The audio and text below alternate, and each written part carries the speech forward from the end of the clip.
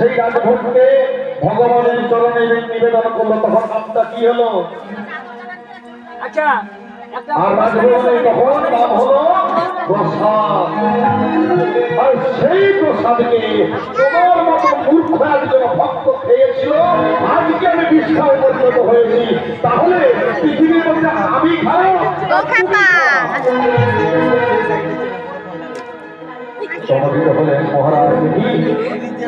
তাই তো আমার সংস্পর্শে যে প্রসাদে যদি বিষ্ঠা হয়ে যায়, তাহলে তো আমি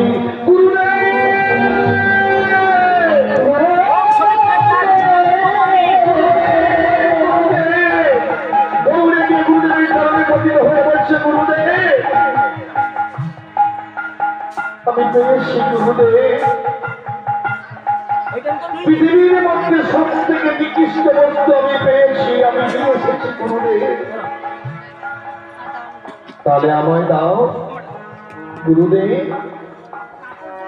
পৃথিবীর থেকে সব থেকে নিকৃষ্ট বস্তু হলো এই অধম, আপনার চরণে সমর্পণ করলাম আমি নিজেকে গুরুদেব।